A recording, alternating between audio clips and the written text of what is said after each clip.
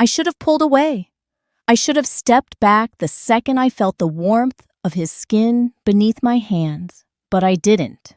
The moment stretched, long and slow, and something inside me burned hotter than it had in years. It wasn't supposed to be like this. I was supposed to be here, Gore, for the party, for the polite conversations, the harmless flirtations that meant nothing. My husband was in the other room, drinking bourbon and laughing too loudly, completely oblivious. And I was here, standing in the dim glow of the kitchen, my hands gripping the shoulders of a man who was not my husband. Nick wasn't a stranger. He was someone I had known for years, part of the same social circles, always on the periphery of my life, but never this close. Not until tonight. He had always been charming, but I had never let myself think about him this way. Not really. Not until his hands found my waist, fingers pressing in just enough to make me feel the heat of my own skin against my dress. "You should let go," he murmured. But he didn't move away. He didn't stop me. I exhaled, slow, controlled, and I should have obeyed. I didn't. This was the point of no return. I could already feel it. I had spent years being the perfect wife, the one who nodded at the right times, smiled when she should, played the role of the devoted partner. But somewhere along the way, the spark had faded. I wasn't even sure if I had noticed it disappearing or if one day I had just woken up and realized it was gone. But now, with Nick standing in front of me, the spark wasn't just back. It was a wildfire. His gaze dropped to my lips, and I felt my pulse hammer against my skin. My wedding ring felt heavy on my finger, like it was pressing in, reminding me of the life I was supposed to be leading. The life that, for one terrifyingly thrilling moment, I was willing to step away from. The voices from the living room drifted into the kitchen, distant but present. At any moment, someone could walk in. At any moment, the spell could break. But neither of us moved. "You should go back," he said, but his voice lacked conviction. I licked my lips, not missing the way his gaze darkened as he watched me. "Maybe I don't want to." His fingers tightened just slightly against my waist. And I knew that if I kissed him, if I leaned in just an inch more, there would be no stopping this, no undoing it. And for the first time in years, I wasn't sure I cared. The sound of footsteps approaching sent a jolt of reality through me, and I finally let go, stepping back just as my friend Rachel appeared in the doorway. Her eyes flickered between us, lingering a beat too long, suspicion creasing her brow. "You guys okay?" she asked, her voice light but probing. I forced a smile, tucking my hair behind my ear like nothing had happened, like I hadn't just been on the edge of something dangerous. "Yeah," I said too quickly. "Just grabbing another drink." Rachel didn't look convinced, but she let it go, walking past me to the fridge. Nick met my gaze one last time, something unreadable flickering in his eyes, before he turned and walked out of the kitchen. And just like that, the moment was gone. But the fire, that was still there, smoldering beneath my skin, waiting for the next time I let myself get too close. And I knew, without a doubt, there would be a next time. After Rachel left the kitchen, I stood there for a moment, my legs trembling under me. I couldn't stop my mind from replaying those few intense minutes, every detail etched into my memory, the warmth of Nick's hands, the way his breath hitched ever so slightly, the raw hunger in his eyes. I was still clutching the same drink I'd held before, the condensation from the glass dripping onto my fingers. The cool drops were a stark contrast to the heat I still felt coursing through my body. I shook my head, trying to clear my thoughts. I needed to find my husband, to reconnect with the reality I had spent years building. But even as I told myself that, I knew it wasn't so simple. My carefully constructed life had been cracked, and through those cracks, something entirely new was seeping in. I left the kitchen and stepped back into the living room, forcing myself to smile and laugh with everyone else. My husband greeted me with a glass of bourbon in his hand, his eyes slightly glassy from the alcohol. He wrapped an arm around me, pulling me close, and for a moment, I leaned into him, hoping the familiar touch would ground me. But it didn't. I still felt Nick's presence, even though he wasn't there. My husband didn't seem to notice the distance, or if he did, he chalked it up to the party's chaos. His laughter came easily. His hand lingered on my back, and to anyone else, we would have seemed like the perfect couple. But I wasn't sure I believed that anymore. Back, and to anyone else, we would have seemed like the perfect couple. But I wasn't sure I believed that anymore. Over the next few days, the memory of that night stayed with me. I told myself it was just a fleeting moment, a brief spark in an otherwise monotonous routine. I tried to convince myself that I could forget it, that it wouldn't matter, but the more I tried to bury it, the more it surfaced. I found myself replaying every detail, every glance, every whispered word. I wondered if Nick was thinking about it too. I wondered if he regretted it. I wondered if he wanted more. My husband didn't notice the change at first. We fell back into our routines. Work, dinners, evenings spent in front of the television. I went through the motions, smiling at the right times, laughing at his jokes, but my mind was elsewhere. It wasn't that I didn't love him. I did, or at least I thought I did, but something was missing, something I hadn't even realized I needed until Nick had stood in front of me and ignited a fire I couldn't ignore. Weeks passed before I saw Nick again.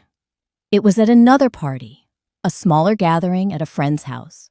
I hadn't expected him to be there. In the moment I spotted him across the room, my breath caught. He looked the same, confident, charming, utterly magnetic. Our eyes met, and in that brief moment, it was as if no time had passed. My heart raced, my palms grew clammy, and I was right back in that kitchen, feeling the weight of his hands on my waist. This time, he didn't approach me right away. Instead, he lingered on the edges of the group, laughing and chatting with the other guests. I tried to focus on my husband, who was telling a story about something that had happened at work. I nodded, forced a smile, tried to seem engaged, but all I could think about was Nick. I was hyper-aware of his presence, of every movement he made, of every glance he threw my way. My body tensed, anticipation coiling in my stomach. When he finally made his way over, my heart was pounding so loudly I was sure everyone could hear it. He smiled, that easy, disarming smile that always seemed to hide something deeper. "Hey," he said casually, as if we hadn't shared that charged moment weeks ago. "How's it going?" I swallowed hard, my throat dry. "Good. You?" "Can't complain. It's nice to see you again." His tone was light, but his eyes told a different story. They held a flicker of something unspoken, something that made my pulse quicken. I tried to keep my expression neutral, to play it cool, but I knew he could see right through me. My husband was still deep in conversation with another guest, oblivious to the silent exchange happening just a few feet away. Nick leaned in slightly, his voice low. "Can we talk?" I hesitated, glancing toward my husband. He was laughing, completely unaware. I nodded. "Sure." Nick stepped back, gesturing toward the hallway. I followed him, my heart pounding in my chest. As soon as we were out of sight, he turned to me, his expression serious. "I haven't stopped thinking about you," he admitted, his voice steady but intense. "That night, I can't get it out of my head." I felt my cheeks flush. I don't know what to say. "Do you regret it?" I looked down, unsure of how to answer. I should have said yes, that it was a mistake, that it meant nothing. But the truth was, I didn't regret it, not entirely. I regretted the risk, the betrayal, the potential fallout, but I didn't regret the way it made me feel, alive, desired, exhilarated. "I don't know," I finally said, my voice barely above a whisper. Nick stepped closer, his hand brushing against mine. "If you want me to stay away, I will. But if you want more," I swallowed hard, my mind racing. This was my chance to walk away, to put it behind me. But standing there, with him so close, I wasn't sure I wanted to. I knew the risks, knew what was at stake, but in that moment, all I could think about was the way he made me feel. I looked up at him, my heart hammering in my chest. I don't know what I want. His gaze softened. Then I'll wait. He stepped back, giving me space, and I felt a rush of conflicting emotions. Relief, longing, fear. As I watched him walk away, I knew this wasn't the end. Not yet. The fire he had ignited was still burning, and I wasn't sure I could put it out. I wasn't sure I wanted to. I told myself it was a moment, a fleeting thing, something that would stay tucked away in the hidden folds of my mind, never to be spoken of, never to be indulged. But the truth was, it had already started working its way under my skin. I could still feel the weight of his hands, the quiet pull of his breath, the unmistakable heat in the space between us. I spent the rest of the night trying to pretend nothing had changed. I laughed at my husband's stories, sipped my wine, nodded along as the conversation swirled around me. But my body knew better. My skin was still buzzing, and every time Nick was near, I felt it. The way his gaze burned into me from across the room. The way he lingered just a little too long when he passed behind me. The way I could almost hear his thoughts in the silence between our words. I was playing a dangerous game, one that I wasn't sure I wanted to stop. When the night wound down, my husband was just tipsy enough to be affectionate, slipping an arm around my waist as we said our goodbyes. I felt Nick watching, but I didn't dare meet his eyes. Instead, I let my husband pull me close. Let him press a warm, familiar kiss against my temple. Let him whisper something about how good the night had been. And yet, all I could think about was the fire still burning just beneath my skin. That should have been the end of it. I should have walked out of that house, climbed into our car, and let the night fade into nothing more than a memory. But as we drove home, I found myself glancing at my phone, my fingers hovering over Nick's name in my contacts. I wasn't stupid. I knew what this was. I had been married long enough to understand the slow unraveling of passion, the quiet erosion of desire. My husband and I had fallen into a routine, one that was comfortable, predictable. We loved each other in the way two people who had built a life together did, steady and familiar. But there was no hunger, no heat, not like what I had felt tonight. By the time we got home, my husband was already half asleep, his body heavy with liquor and exhaustion. He barely mumbled a good night as he crawled into bed, leaving me standing in the doorway, my heart pounding in my chest. I knew I should lie down, close my eyes, let the feeling pass, but I didn't. Instead, I slipped out of the bedroom and into the quiet darkness of the living room. My fingers trembled as I unlocked my phone, pulled up Nick's contact, and typed out a single message. Still awake? I shouldn't have sent it. I should have deleted it before my thumb pressed send. But I didn't.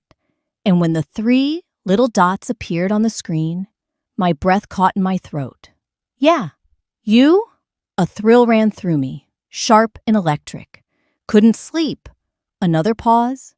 Then, me neither. I hesitated, fingers hovering over the screen. This was a bad idea. It was reckless, foolish, but that didn't stop me from typing the next words. Meet me? The response came almost instantly. Where? I didn't even have to think about it. I knew exactly where.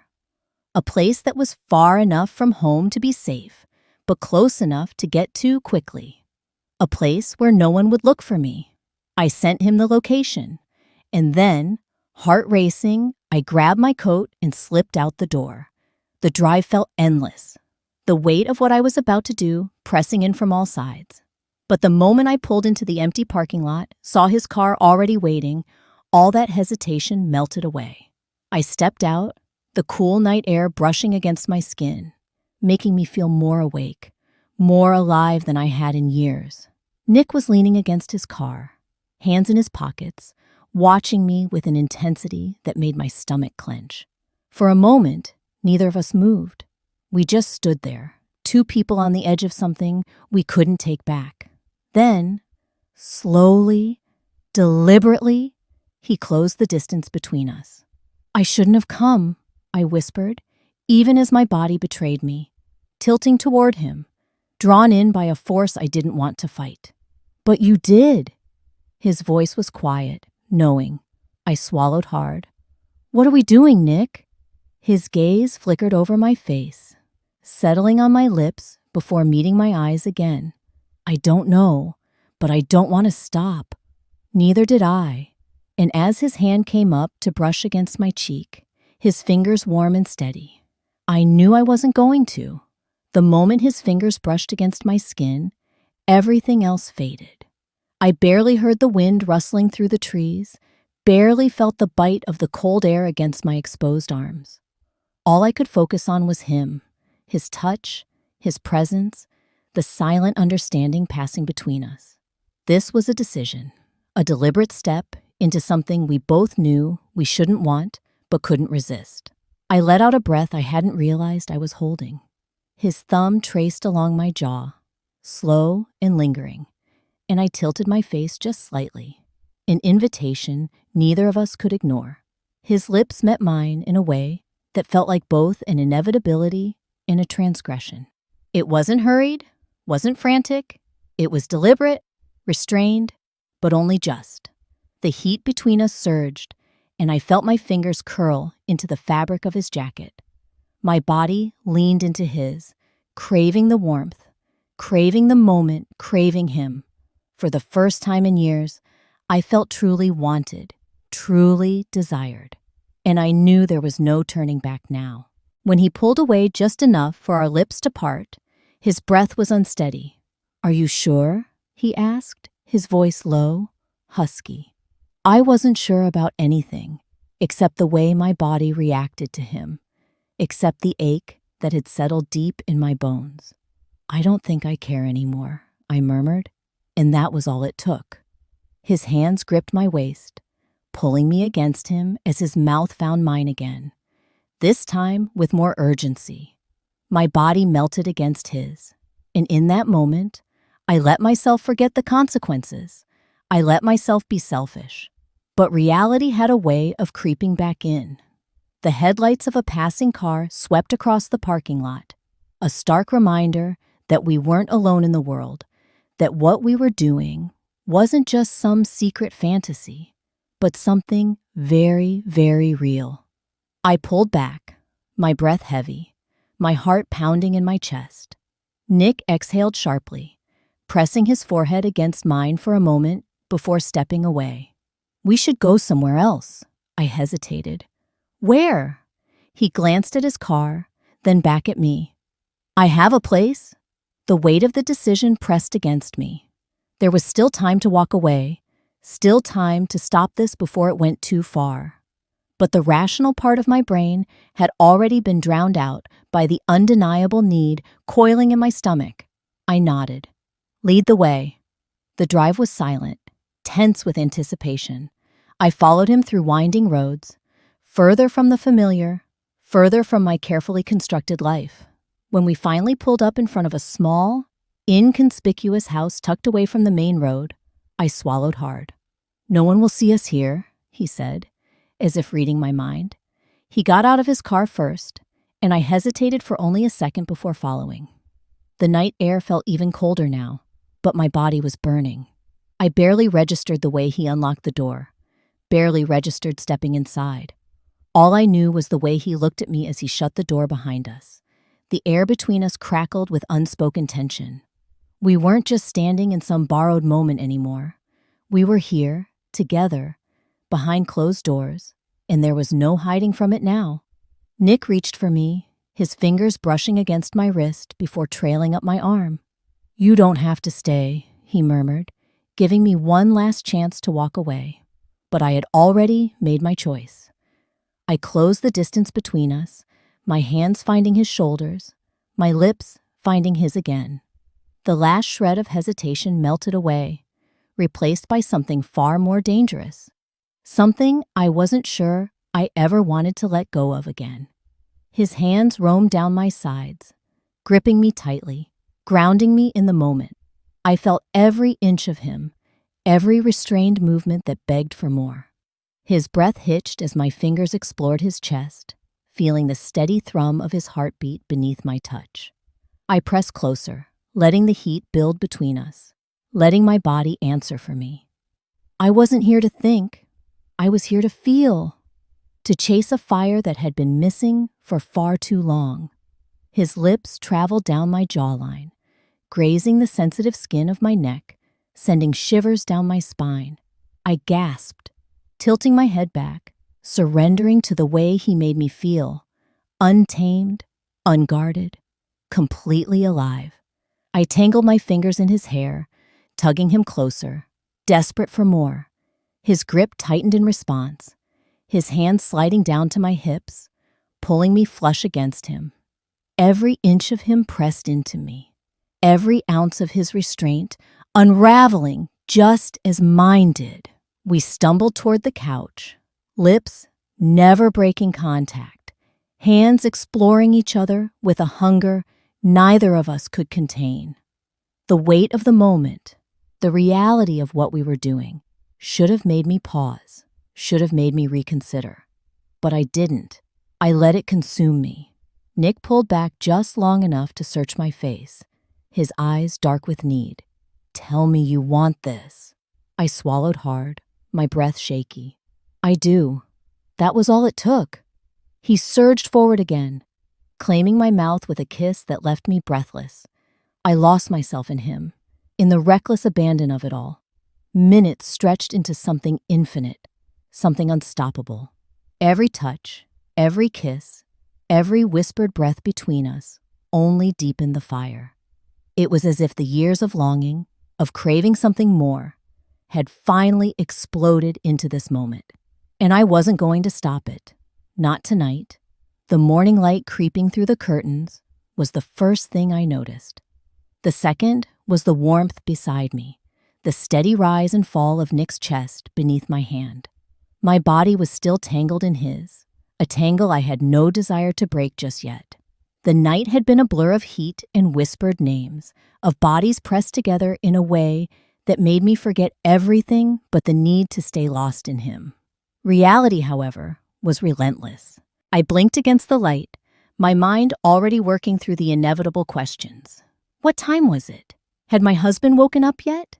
Had he noticed I was gone? The weight of what I had done pressed into me, but I couldn't bring myself to regret it. Not yet. Nick stirred, his arm tightening around me for a brief moment before his eyes fluttered open. A sleepy smirk tugged at the corners of his lips. "Morning?" I swallowed, forcing a smile. "Morning?" He reached up, brushing a strand of hair from my face, his touch as familiar now as if we had done this 100 times before. And maybe that was the most dangerous part. How easy it was, how natural it felt. "You're thinking too hard," he murmured, his fingers tracing slow patterns against my back. "I can't help it." He exhaled, rolling onto his back and staring at the ceiling. "Do you regret it?" I hesitated. "No, but that doesn't mean it isn't complicated." His jaw tensed, but he nodded. "I get it.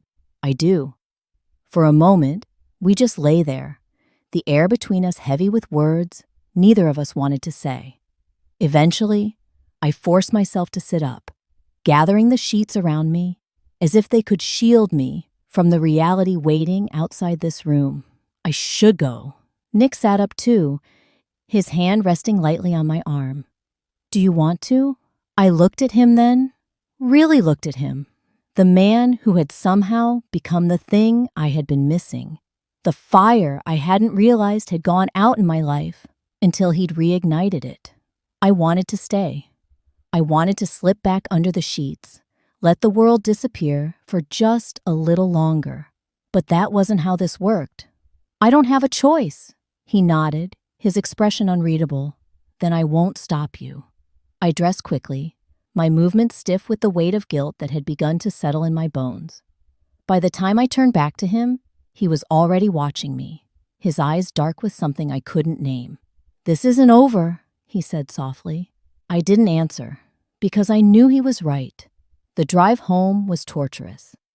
Every passing mile felt like I was crossing back into the life I had so carelessly stepped away from the night before. The ring on my finger felt heavier than ever. I had done something unforgivable, something irreversible. And yet, deep in my chest, beneath the guilt and the shame, there was something else. A thrill, a hunger. And that was the most terrifying part of all.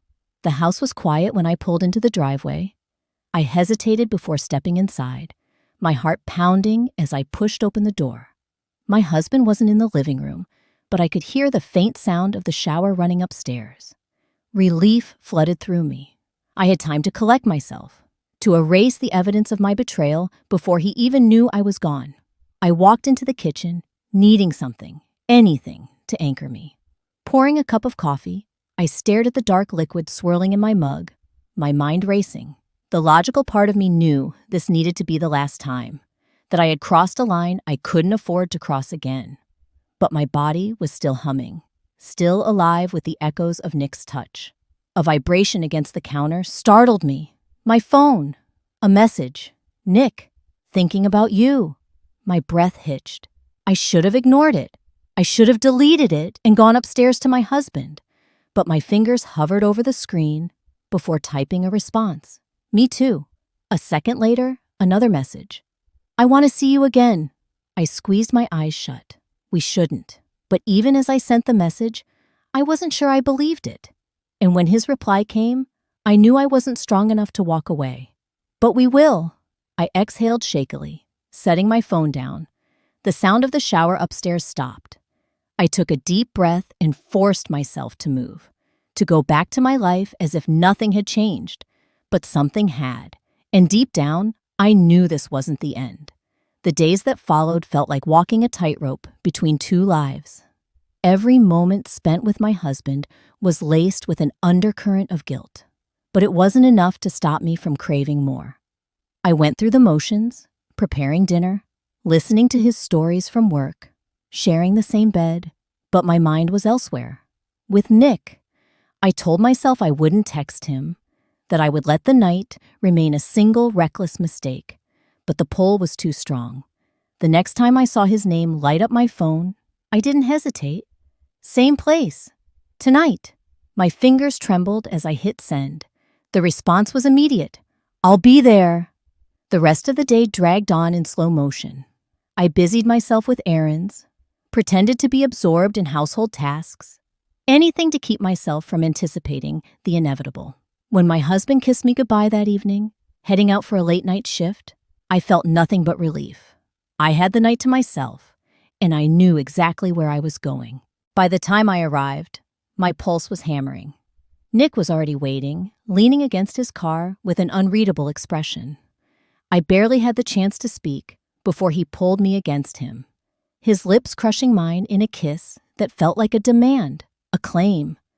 "I knew you'd come back," he murmured against my skin, his breath warm, his hands possessive. I had no words, only need. This wasn't just a mistake anymore. It was a choice, one I kept making over and over again. The weeks blurred into each other. Secret meetings, stolen nights. The intensity between us only grew, becoming something neither of us could control. Every time I swore it would be the last, I found myself tangled in his sheets again. I lied to myself, convincing myself I could keep both lives intact, that no one would notice. But secrets have a way of unraveling. It started with small things. My husband's lingering glances, the way his brow furrowed when I came home late, the questions that felt innocent but carried an edge. "Where were you? Who were you with?" I answered with practiced ease, but I could feel the ground shifting beneath me. And then, one night, everything fell apart. I had just left Nick's house, my skin still humming from his touch, when my phone buzzed. I expected a message from him, but it wasn't. "We need to talk." It was my husband. Dread coiled in my stomach. I raced home, my mind scrambling for explanations, excuses, anything that would keep this world from colliding with the other. But as soon as I stepped through the door, I knew. He was sitting at the kitchen table, my phone in his hand. My heart slammed against my ribs. Who is he? His voice was calm, but there was an undercurrent of something else. Something dangerous. I opened my mouth, but no sound came out. There was no use lying. The proof was right there, in the messages I had been careless enough to leave behind. The words caught in my throat.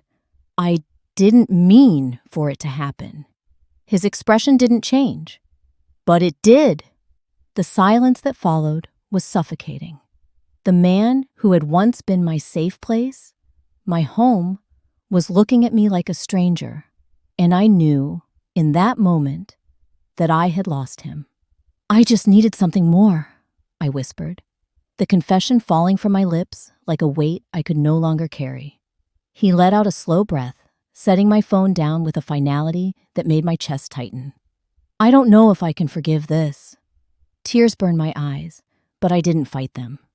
I never wanted to hurt you, but you did. The air between us was heavy with everything unsaid.